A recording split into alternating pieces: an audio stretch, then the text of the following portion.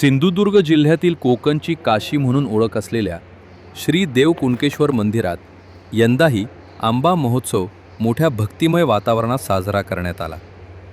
श्री देव कुणकेश्वर देवस्थान ट्रस्टच्या वतीनं आयोजित या महोत्सवात तब्बल 11,000 देवगड हापूस आंब्यांची आकर्षक आरास करण्यात आली होती. मंदिरातील श्रींच्या शिवलिंगाभोवती गाभाऱ्यात हापूस आंब्यांची सुंदर सजावट करण्यात आली होती. तर बाहेरील नंदी गाभाऱ्यातही आंब्यांच्या आरासेमुळे संपूर्ण मंदिर परिसर भाविकांच्या आकर्षणाचं केंद्र ठरला.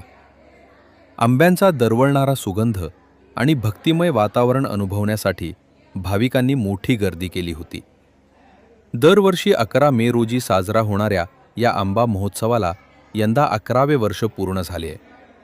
एका स्थानिक आंबा बागायतदारानं मंदिरात हापूस आंबे अर्पण करण्यापासून सुरू झालेली ही परंपरा आता संपूर्ण देवगड तालुक्यातील बागायतदारांच्या श्रद्धेचा भाग बनली आहे.